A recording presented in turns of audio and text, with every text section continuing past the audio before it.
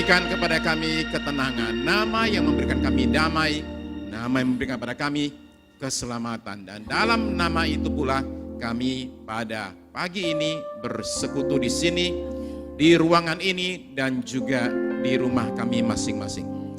Setiap kali kami berkumpul dalam nama di atas segala nama ini ya Tuhan, Engkau berjanji Engkau hadir dan ada di tengah-tengah kami. Terima kasih buat kehadiran-Mu di tengah-tengah kami. Dan sekarang ya Tuhan, nyatakanlah kehadiran-Mu dan kuasa-Mu di tengah-tengah kami, sehingga pada hari ini ada kami yang sedang sakit disembuhkan ya Tuhan. Amin. Ada yang sedang lemah dikuatkan, yang susah dihiburkan ya Tuhan. Amin. Terima kasih, biarlah kuasa itu mengalir ketika firman Tuhan disampaikan ya Tuhan. Jamahan roh itu nyata atas kami sekalian.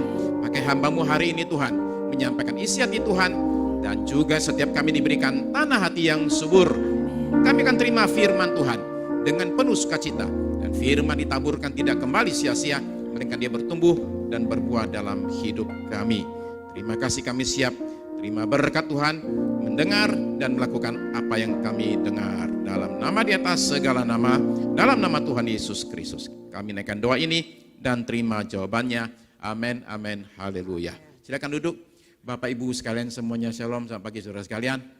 Kau terkasih buat kita yang ada di sini dan yang ada sedang ikut melalui streaming, kita ada perjamuan kudus setelah firman Tuhan disampaikan. Jadi yang di rumah bisa siapkan unsur-unsur perjamuan kudusnya. Saudara sekalian, kita akan masih bicara tentang Roh Kudus. Minggu lalu kita bicara dari Yohanes 14 ayat 16 sampai 17. Saya akan baca ulang Yohanes 14. Injil Yohanes, pasalnya yang ke-14, ayat yang ke-16 dan 17. Injil Yohanes, pasal 14, ayat 16 sampai 17.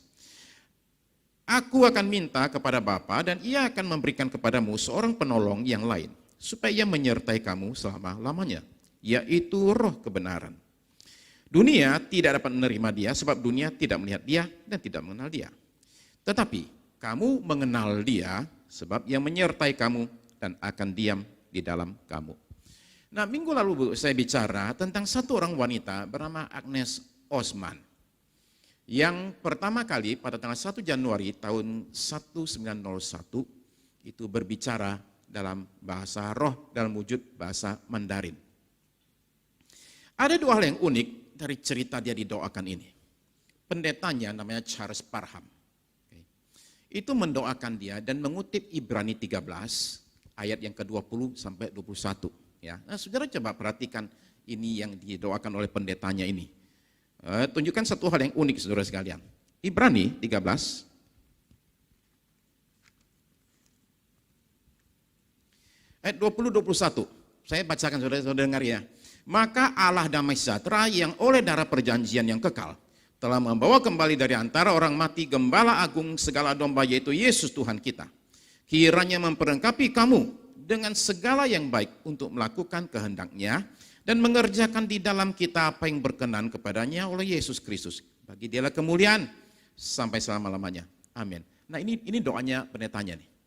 Gara-gara doa ini, ya, karena doa ini, kemudian Agnes Osman berbicara bahasa roh. Nah, saudara perhatikan nggak tadi yang dikutip itu? Itu tidak ada hubungannya dengan Roh Kudus. Betul enggak? Oke. Mau dicari ya ada sih. Kalau mau dicari ada. Tapi secara langsung enggak ada hubungan sama Roh Kudus. Itu yang unik yang pertama. Ya. Doanya enggak ada hubungannya, terjadi juga. Ada yang unik yang kedua. Pendetanya sendiri belum penuh Roh Kudus. Nah, jadi bagaimana seorang yang belum penuh Roh Kudus bisa doakan seseorang supaya alami baptisan Roh Kudus? Itu yang uniknya. Nah, kalau saudara merasa aneh, saya dengar sendiri dari pendeta Yusuf Roni ketika kami ketemu di Bandara Surabaya. Dia cerita sedang melayani di gereja SIB, Sidang Injili Borneo di Kucing. Dan dia bilang, saya lagi di mimbar, terus saya panggil gembala sidang maju ke depan. Terus saya doakan beliau lah. Sambil doakan saya taruh tangan di pundaknya. Dan saya tidak mendoakan biasa saja supaya Tuhan pakai dia, dan mendadak gembala sidangnya itu mendadak alami kepenuhan Roh Kudus dan berbahasa roh. Kata Yusuf Roni, kan lucu ya dia bilang, saya sendiri belum bisa berbahasa lidah istilahnya dia. Saya sendiri belum bisa berbahasa lidah katanya. Nah, Roh Kudus itu bekerja dengan cara yang unik. Maka kita ini seringkali kabur tentang yang namanya Roh Kudus. Karena dia digambarkan dalam bentuk angin. Digambarkan dalam bentuk api, minyak, atau burung merpati. Semua ini gambaran yang karena juga saking banyaknya gambarannya itu sehingga kita memang alami sedikit masalah dalam pengenalan Roh Kudus. Maka banyak orang akhirnya berupaya mengenal Roh Kudus. Tadi Yesus katakan, Tuhan kita katakan, kamu akan mengenal Dia. Nah, jadi pengenalan akan Roh Kudus itu sesuatu yang harus menjadi sesuatu yang penting dalam hidup kita. Saudara-saudara sekalian, kita mesti mengenal Roh Kudus. Masalahnya adalah kita ini seringkali mengenal Dia berdasarkan rasio, berdasarkan pemahaman kita secara intelektual. Akhirnya pengenalan secara teori. Sedangkan tadi saya baca tadi, Yohanes 14 ayat 17, kamu akan mengenal Dia. Nah, kata mengenal itu dipakai kata dalam bahasa Yunani, ada banyak kata bisa dipakai menggambarkan mengenal. Tapi Rasul Paulus itu pakai satu kata ginosko yang menggambarkan orang kenal melalui suatu pengalaman.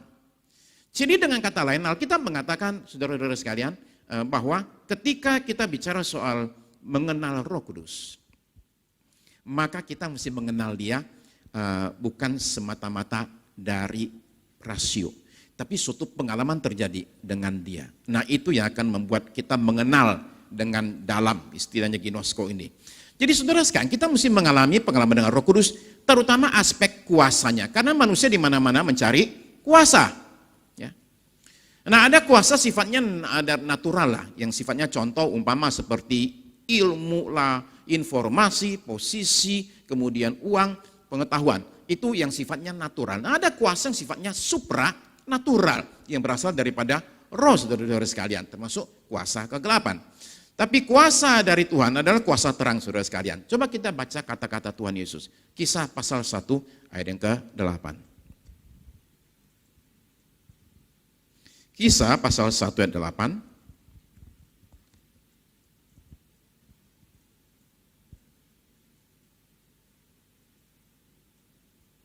Ini adalah penggenapan, saudara sekalian, dari janji Tuhan Yesus di Lukas 24, sebelumnya sama juga.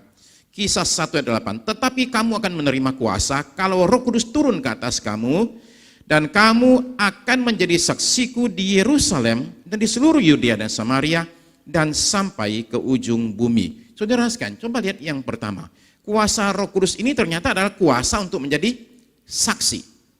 Nah, apa artinya menjadi saksi? Menjadi saksi itu kan artinya, saksi adalah orang yang menyaksikan sesuatu, mengalami sesuatu, kemudian menceritakan pengalamannya. Itu namanya saksi. Nah, jadi ada unsur mengalaminya nih, oke? Di mall ada pameran tour. Jadi saya ditawarin ke satu tempat. Saya nanya sama yang nawarin, Anda sudah ke sana belum? Dia bilang belum. Tapi teman saya udah. Nah, itu yang repot, oke? Dia sendiri belum pernah pergi. Bisa nggak bayangkan kalau yang nawarin bilang gini, saya udah ke sana Pak, bagusnya Pak. Kan beda daripada saya sih belum, teman saya aja. Kan beda. Oke. Jadi kesaksian orang yang sudah mengalami itu punya dampak yang luar biasa. Saudara terkasih, kuasa roh itu kuasa supranatural.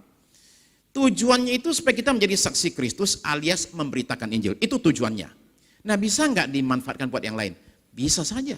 Ada namanya penyalahgunaan kuasa. Dipakai untuk apa? Dipakai buat merasa diri hebat. Dipakai untuk mencari uang. Macam-macam. Bisa nggak? Bisa. Itu istilahnya, saudara sekalian. Merchandising the anointing. Yaitu menjadikan barang dagangan. Pengurapan itu dijadikan barang dagangan. Ya.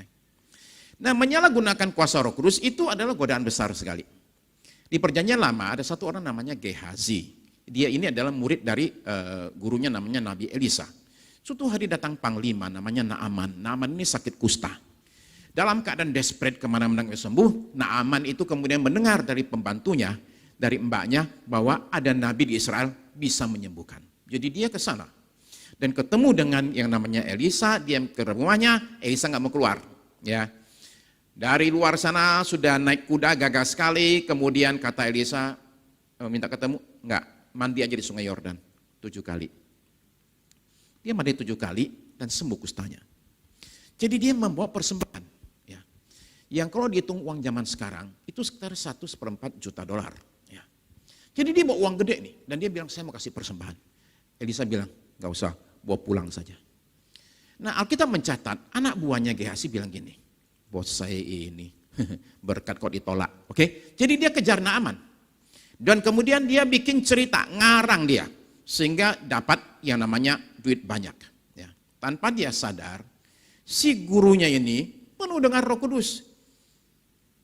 Kata Elisa, habis dari mana Gehazi? Enggak kemana-mana. Oh kamu kira roh saya enggak ikut kamu tadi ya? Waktu kamu terima duitnya itu. Ketahuan semua saudara sekalian. Tapi itu penyalahgunaan oleh Gehazi. Di perjanjian baru ada namanya Simon. Seorang tukang sihir bertobat.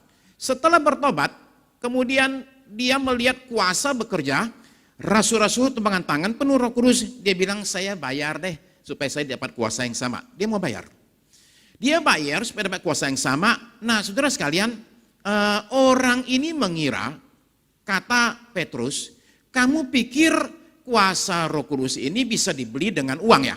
Oke. Nah saudara-saudara sekalian, untuk apa dia berupaya dapatkan kuasa sampai rela bayar dengan uang? Untuk cari uang juga lah nanti akhirnya. Nah jadi orang bisa salah gunakan kuasa itu iya. Ya. Tapi saya pikir saudara, kalaupun saudara-saudara dan saya ini tidak pernah lakukan hal demikian. Tapi saya ingin katakan demikian, jikalau kuasa Roh Kudus bekerja dalam hidup kita, dipakai hanya buat diri kita, itu sudah salah. Kuasa itu diberikan untuk kepada saya, supaya saya bisa menjadi berkat bagi orang lain saudara-saudara sekalian. Nah, gerakan Pentakosta itu 120 tahun yang lalu, dari Jalan Azusa menyebar ke seluruh dunia. Digencet dan dilawan. Saudara tahu nggak siapa lawan mereka yang paling berat? Itu orang namanya Charles Parham. Yang tadi itu loh, yang di awal itu, yang mendoakan Agnes Osman supaya penuh Roh Kudus. Ketika gerakan baru kembang, dialah musuh utamanya. Dialah yang berusaha menutup gerakan ini, tapi nggak bisa ditutup. Saya kasih contoh saudara sekalian, abad ini di Afrika. Oke, saya kasih angkanya ya. Saudara lihat angkanya, oke. Afrika itu tahun 1900 itu orang Kristennya itu hanya 9 juta. Itu cuma 6,5% dari penduduk. 50 tahun kemudian, orang Kristen di Afrika naik jadi 30 juta. Ya, 17% kira-kira. Tapi tahun 2021 yang lalu itu diadakan sensus. Dan ditemukan ternyata dari 1,2 sekian miliar manusia di Afrika, itu 685 juta diantaranya itu adalah Kristen. Lebih dari 50%. Nah kalau ditanya fenomena ini demikian hebatnya, itu karena apa? Cuman satu kata, Pentakosta. Ya.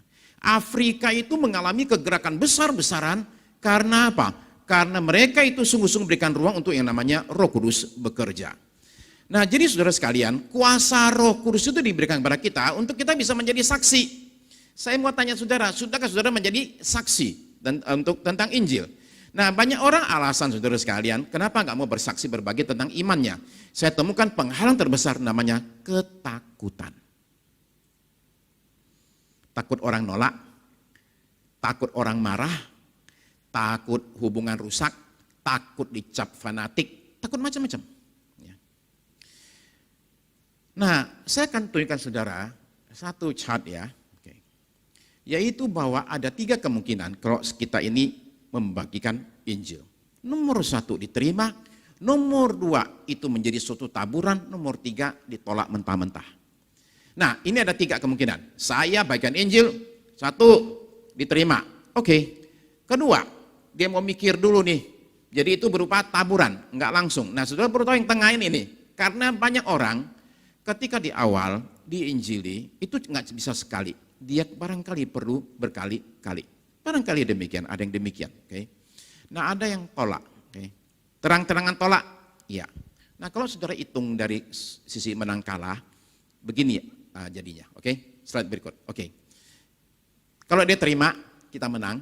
Kalau taburan juga menang. Lumayan, dia masih mau mikir nih. Oke. Nah yang kanan itu yang ditolak kalah. Berarti kemungkinan dari segi persentasenya adalah kalau saudara menginjil, sebenarnya saudara itu kemungkinannya itu adalah 66,7% akan menang. Oke, 33,3% saudara itu kalah. Tapi saudara coba pikir-pikir begini, oke? Ditolak itu saya pakai istilah tanda kutip kalah, padahal nggak kalah. Ya, nggak kalah sama sekali. Kenapa nggak kalah? Begini, kalau dia tolak, saudara, kalau dia marah-marah dengan saudara, saudara perlu tahu satu hal, apa kata 1 Petrus pasal 4 ayat 14. 1 Petrus 4 ayat 14 berkata begini. Atau saya baca kisah aja, kisah 2 ayat yang ke-41. Kisah pasal 2 ayat 41. Kisah 4 maksud saya.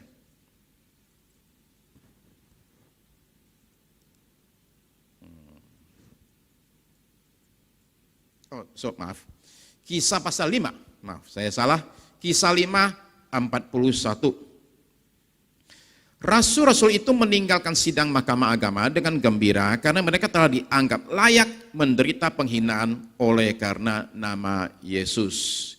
Saudara perhatikan, sudah jelas dilarang, ditolak, tapi mereka mengatakan nggak apa-apa. Ini kita dianggap layak mengalami penghinaan oleh karena nama Tuhan Yesus. Jadi tetap aja menang nggak? Tetap aja menang saudara sekalian. Jadi kalau dihitung persentasenya sebenarnya tiap kali kita bagikan Injil itu 100% saudara-saudara sekalian. Ya. Ketika Ibu Elin dulu nginjilin saya reaksinya itu frontal sekali. Ya, saya frontal sekali karena saya sama sekali tidak suka diinjilin. Okay? Ya, saya tolak mentah-mentah. Nah saudara sekalian, kalau orang tolak mentah-mentah, saudara perlu tahu loh, bahwa yang begini ini biasanya yang kalau bertobat jadi pendeta. Biasanya. Pendeta David Powson suatu hari ke satu sekolahan. Dia bilang anak SMA. Ada kira-kira 20-an. Dia khotbah. Ada 2 katanya. Itu saking marahnya sama saya sampai nangis. Saya ngomong apa mereka bantah sampai nangis. Katanya satu laki satu perempuan. Itu anak baru belasan tahun katanya. Jawab terus. Dia pulang ke rumah. Istrinya nanya. Bagaimana tadi penginjilannya? Ini jawaban pendeta Powson. Ada harapan buat 2 orang. Kenapa? Yang paling keras melawan itu ada harapan. Paulus itu contohnya, dia paling keras melawan, dia malah dimenangkan. Nah 2 orang tadi itu, anak-anak muda itu, setengah tahun kemudian, bandingkan teman-temannya, justru diterima Yesus dan sekarang nginjilin teman-temannya.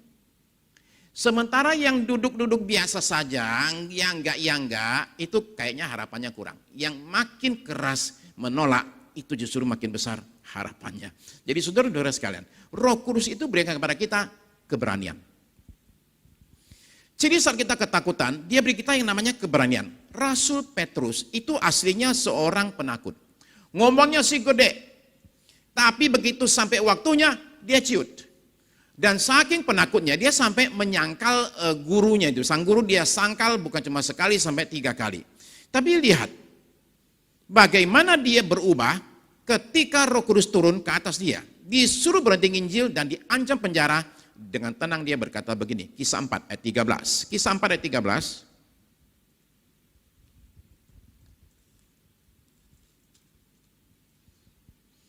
Kisah 4 ayat 13.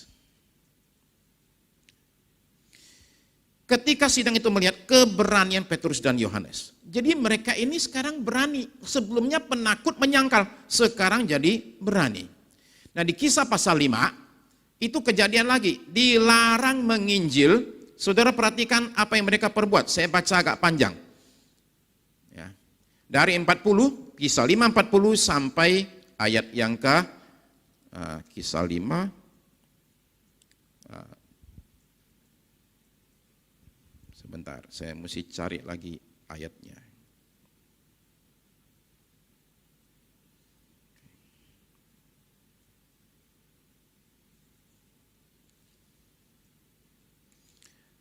Oke.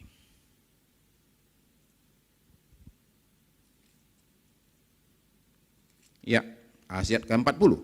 Mereka memanggil rasul-rasul itu lalu menyesah mereka. Saudara tahu nggak menyesah mereka? Menyesah itu dicambuk ya. Dicambuk, habis cambuk dilepas ya. Lalu menyesal mereka dan melarang mereka mengajar dalam nama Yesus. Sudah itu mereka dilepaskan. Rasul-rasul itu meninggalkan sidang mahkamah dengan gembira karena mereka telah dianggap layak menderita penghinaan karena nama Yesus. Dan setiap hari mereka melanjutkan pengajaran mereka di bait Allah dan di rumah-rumah orang dan beritakan Injil tentang Yesus yang adalah Mesias. Jadi sudah perhatikan ya, ini sudah dilarang nih, nggak boleh, tetap aja lanjut. Nah, Rasul Paulus di Listra, dia menyembuhkan satu orang lumpuh. Satu kota keluar semua dan menyembah Paulus, anggap dia adalah dewa yang namanya dewa Hermes. Ya. Dianggap ini dewa ini, jadi disembah. Ya. Nah, tapi besoknya atas hasutan orang Yahudi, Paulus itu kemudian ditangkap. Nah, ini kejadiannya ya, Kisah 14. Kita baca Kisah 14 ayat 19.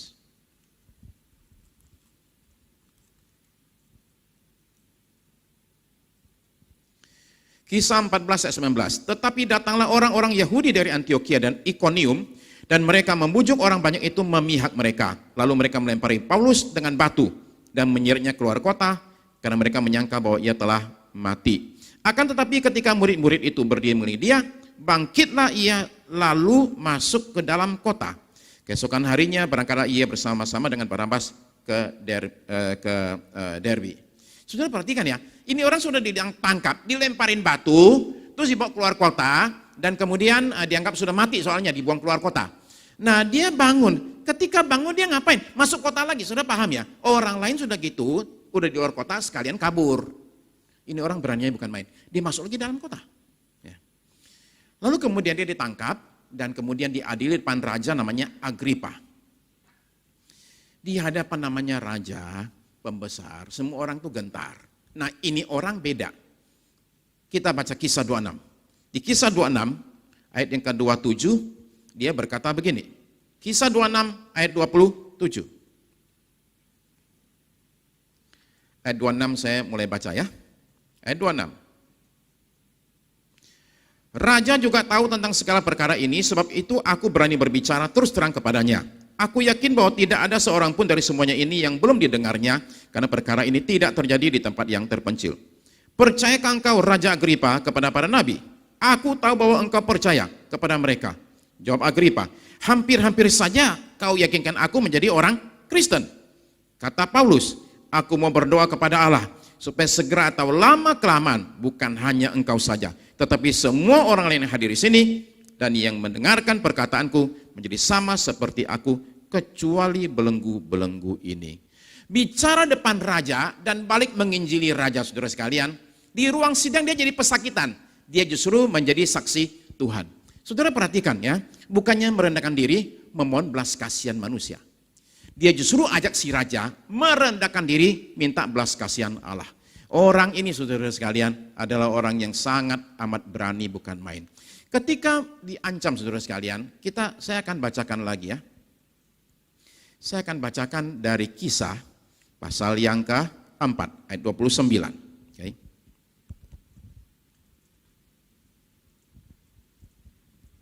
Kisah pasal 4 ayat 29, rasul-rasul berdoa setelah Petrus dilepas.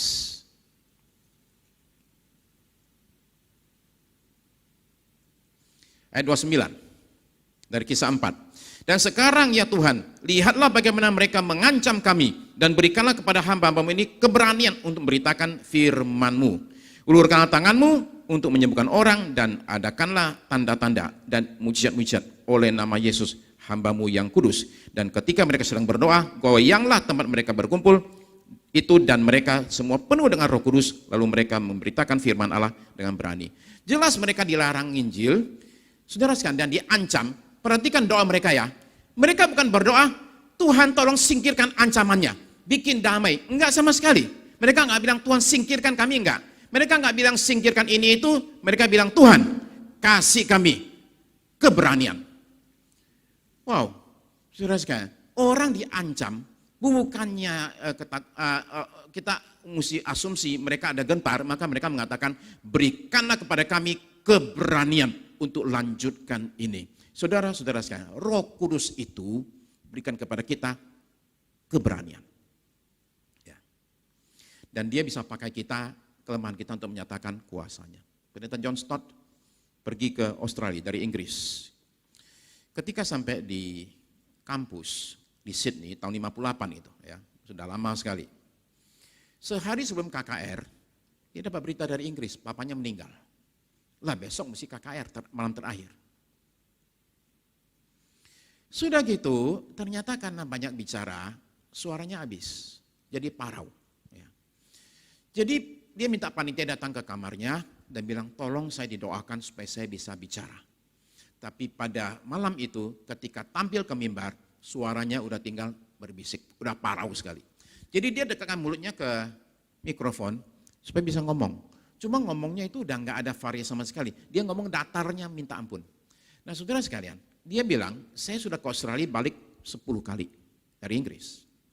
Dan selama 10 kali itu, tiap kali saya balik, selalu ada orang bicara sama saya. Pendeta John Stott, Anda ingat nggak dulu KKR di kampus di Sydney, yang Anda ngomongnya suaranya parau? Oh iya, ya saya ingat. Iya, malam itu saya bertobat. Dia bilang, saya dengar berkali-kali orang cerita, justru ketika saya ini, dalam keadaan paling lemah, Roh Kudus itu bekerja dengan luar biasa. Saudara saya, itu yang pertama ya, Roh Kudus itu adalah kuasa untuk menjadi saksi. Yang kedua, Roh Kudus adalah kuasa supranatural. Nah, kuasa itu ada dua kata saudara sekalian dalam bahasa Yunani yang bisa dipakai. Kata yang pertama adalah exousia. Kata yang kedua adalah dunamis. Nah, exousia itu adalah hak, wewenang. Dunamis itu adalah kekuatan, kemampuan untuk melaksanakan wewenang. Ya. Nah, supaya saudara bisa agak paham, saya kasih contoh SIM. Oke. Kartu SIM.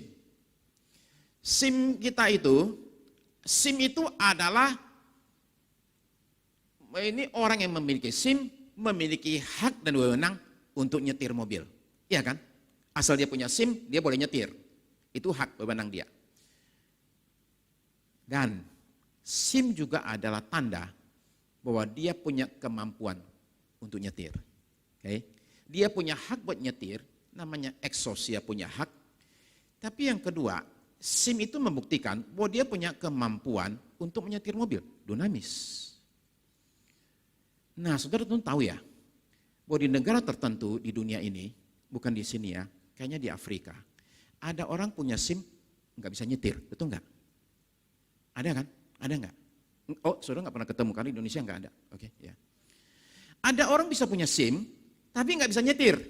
Nah, kita bilang dia punya exousia, tapi nggak punya dunamis. Dia itu punya wewenang, punya hak buat nyetir, tapi nggak bisa nyetir. Nah, saudara tentu tahu, ketika Tuhan Yesus mengatakan, kamu akan menerima kuasa, kata yang dipakai itu adalah bukan exousia, tapi dunamis. Jadi yang diberikan kepada kita bukanlah ini bicara soal wewenang atau hak lakukan sesuatu, tapi kemampuan untuk menjalankan hak itu. Nah, ini yang kita lebih butuhkan saudara sekalian daripada apapun juga. Jadi saudara-saudara sekalian, kita ini mencari yang namanya kuasa. Dan itu adalah kuasa yang sifatnya itu supranatural. Kata dunamis ini itu dipakai 120 kali di Perjanjian Baru. Jadi bayangkan, saking seringnya dibicarakan, dipakai. Ya, gereja mula-mula sangat penuh dengan kuasa, saudara terkasih. Ya, nah dinamis, dari situ kita dapat kata yaitu dinamit. Semua kita tahu itu. Nah, dinamit dipakai buat hancurkan, contoh ya, bukit batu. Saya tanya saudara, bisa nggak itu dipakai pahat sama batu? Itu bukit batu. Bisa lah, cuma perlu 30 tahun. Dinamit 3 menit. Bisa nggak orang bersaksi tanpa kuasa Roh Kudus? Bisa. Ya, bisa. Tapi hasilnya susah. Saya gambarkan begini ya di slide berikut. Oke, ini ada 2 lomba di Olimpiade. Oke. Dan saudara perhatikan 2 lomba ini, lomba perahu layar sama lomba perahu dayung. Oke. Yang perahu dayung itu lautnya mesti tenang. Oke, kalau bergelombang pertandingan tunda dulu, tunggu lautnya tenang. Oke? Ya. Lomba perahu dayung biasanya itu beregu. Ada yang seorang, ada, tapi biasanya beregu rame-rame mendayung. Ya. Jaraknya itu selalu pendek. makanya bisa di Danau Sunter. Kenapa? Jarak pendek soalnya. Ya. Nah, tapi perahu layar itu enggak masalah, lautnya bergelombang. Kemudian biasanya sendirian, enggak pernah rame-rame. Dan jaraknya itu biasanya panjang. Nah, saudara sekarang bisa bayangkan, ini dua jenis olahraga ini, menurut saudara-saudara, yang mana yang habis lomba, langsung begini. Habis lomba langsung begini ya, yang kanan ini lah yang pakai tenaga manusia. Kalau yang pakai tenaga angin, dia sudah selesai masih ketawa-ketawa. Saudara memahami ini gambaran ini, bahwa yang namanya lomba perahu dayung, itu seperti orang memakai kekuatan manusia. Bisa enggak? Bisa, tapi capek. Tapi kalau yang sebelah kiri gambaran kuasa roh, memakai angin itu, dan ingat ya, kata Roh Kudus itu gambarnya saudara sekalian adalah angin, oke, pneuma. Nah, jadi kalau orang memakai kekuatan itu, kekuatan roh, dia akan lakukan dengan lebih cepat dan lakukan itu dengan lebih baik dan nggak perlu terlalu capek-capek amat, saudara sekalian. Ya. Nah, jadi Roh Kudus itu adalah kuasa. Dulu kita di Gedung Putra, ada satu orang ibu-ibu datang, saudara sekalian. Dan setiap kali datang, dia selalu alami jamahan Tuhan. Tiap kali kebaktian, dia alami jamahan Tuhan. Itu tiap kali, kalau kebaktian dan saya khotbah, dia selalu tidur. Ya. Itu jamahan Tuhan kan, di rumah dia nggak bisa tidur. Jadi sampai gereja dia tidur. Gitu. Oke, tidurnya selalu sebelah kiri sono, ya, dia pasti tidur. Tapi dia punya masalah. Dia punya masalah, ada badannya rada bungkuk sedikit. Dan kemudian kakinya itu agak panjang pendek. Kemudian dia didiagnosa kena namanya IBS. Ya. Itu masalah di pencernaan di perut. Tapi dia di rumah itu selalu nggak ada nyalain AC, ini Jakarta ya. Dan dia selalu pakai long john. Bapak Ibu tahu nggak long john? Long john itu baju dipakai kalau ke salju. Dia nggak ada AC, pakai long john dan jaket. Ya.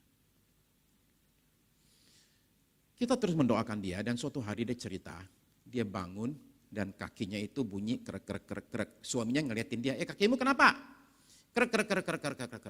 Seperti orang kayaknya ditarik, diputar-putar, dia bilang. Itu mereka berdua liatin kakinya gerak-gerak kayak gitu dan kemudian jadi sama panjang. Oke? Ya, lagi tidur ranjang ya, sama panjang. Jadi ketemu saya dengan bangga dibilang gini, Pak Sukirno, sekarang saya sama tinggi dengan Pak Sukirno. Ya, bungkuknya agak hilang. Tapi kemudian saudara sekalian, dia alami kesembuhan yang lain, ya, dari cara bicara dan sebagainya, yang akhirnya membuat dia sungguh-sungguh rasakan suatu jamahan Tuhan, sehingga dia akhirnya putuskan untuk berikan hidupnya untuk melayani, saudara sekalian. Ya, sekalipun akhirnya karena sesuatu hal, kemudian dia dipanggil Tuhan. Tapi dia sebelum menghadap Tuhan, alami suatu kuasa yang ajaib yang mengubahkan hidupnya, saudara sekalian. Nah, kuasa itu masih ada nggak zaman sekarang? Ada dua kemungkinan, sudah stop atau masih ada. Nah, kita percaya, saudara sekalian, bahwa itu masih ada karena kita masih perlu kuasa itu, saudara terkasih. Ya. Nah, jadi karena itu saya ajak saudara-saudara pada hari ini, luaskan Roh Kudus bekerja dalam diri kita. Jangan sampai kita seperti cerita ini ya, saya tutup dengan cerita ini. Ini ada namanya Parade Mawar di kota Pasadena di Amerika Serikat.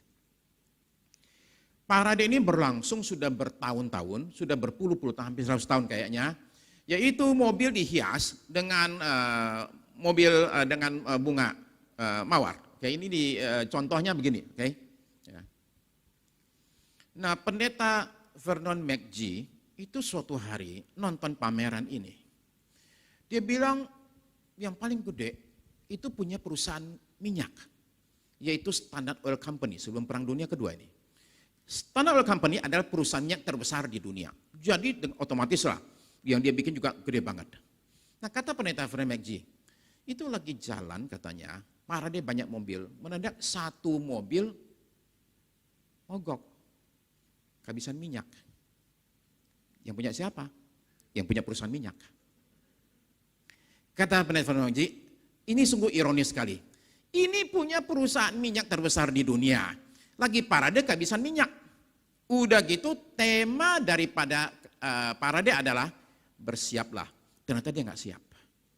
Nah, saudara sekalian, saya ngomong gini, jangan sampai kita ini seperti demikian, saudara-saudara sekalian. Ya, mobil bagus, tapi nggak ada kekuatan untuk jalan. milik perusahaan minyak, tapi kehabisan minyak. Ya. Temanya bersiap, dia nggak siap.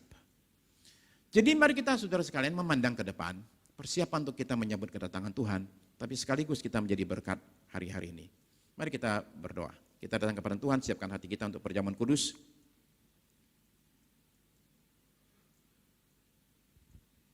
Saudara terkasih, saya mengajak kita pada hari ini untuk kita boleh sama-sama melihat ke dalam hati kita.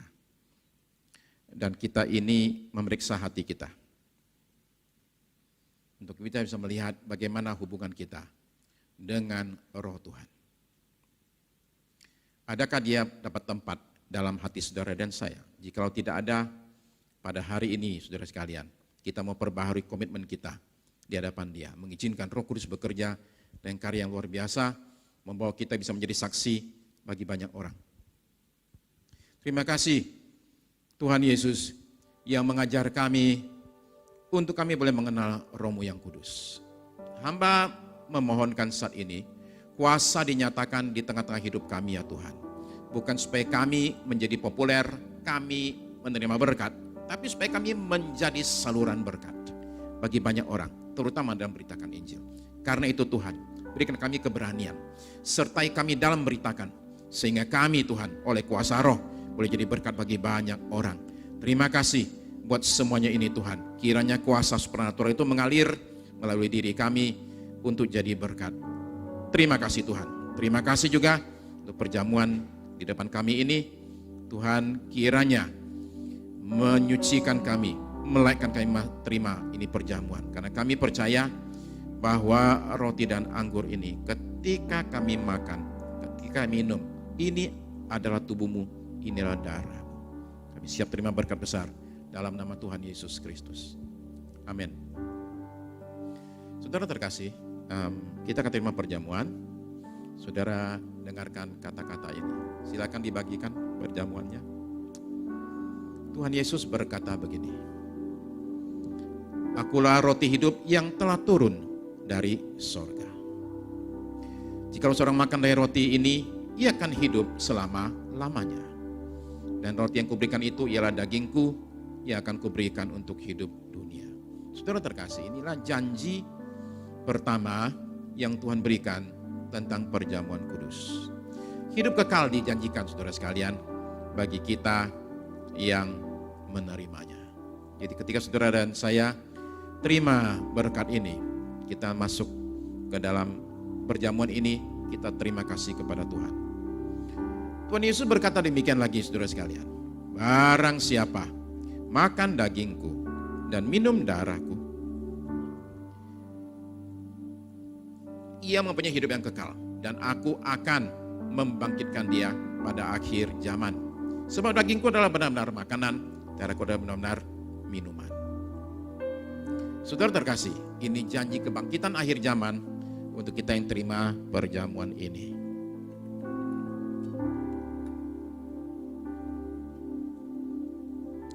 Lalu Tuhan berkata begini lagi, barang siapa makan dagingku dan minum darahku, ia tinggal di dalam aku dan aku di dalam dia.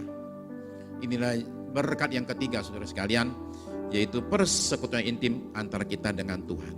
Jadi karena itu kalau saudara sudah siap, mari kita sama-sama bangkit berdiri. Kita akan terima perjamuan ini dan pengucapan syukur.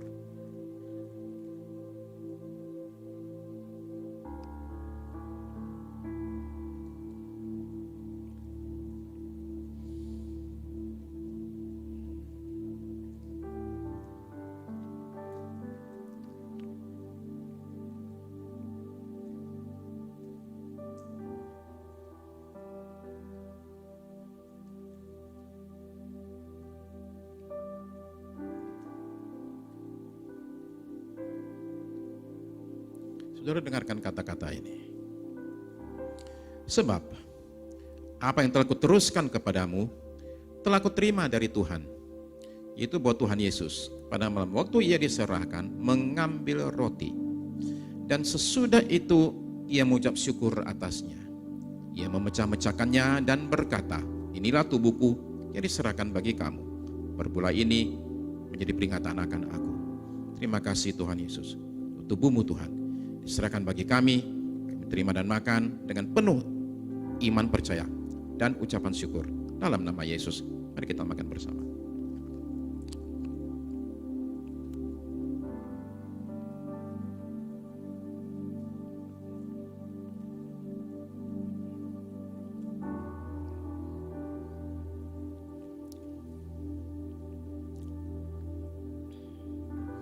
Demikian juga Yesus mengambil cawan sesudah makan lalu berkata, "Cawan ini adalah perjanjian baru yang dimeteraikan oleh darahku.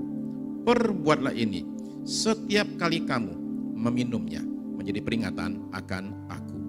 Terima kasih Tuhan untuk cawan perjanjian baru ini dimeteraikan oleh darah yang suci, yang berharga. Kami terima dan minum dan penuh iman percaya dan ucapan syukur dalam nama Yesus. Mari kita minum bersama.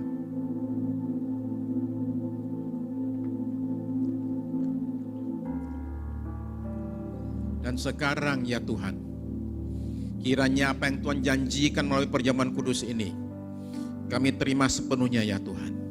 Tapi lebih daripada itu Tuhan, kiranya Tuhan ulurkan tangan-Mu pada hari ini Tuhan, dan jamah kami sekalian.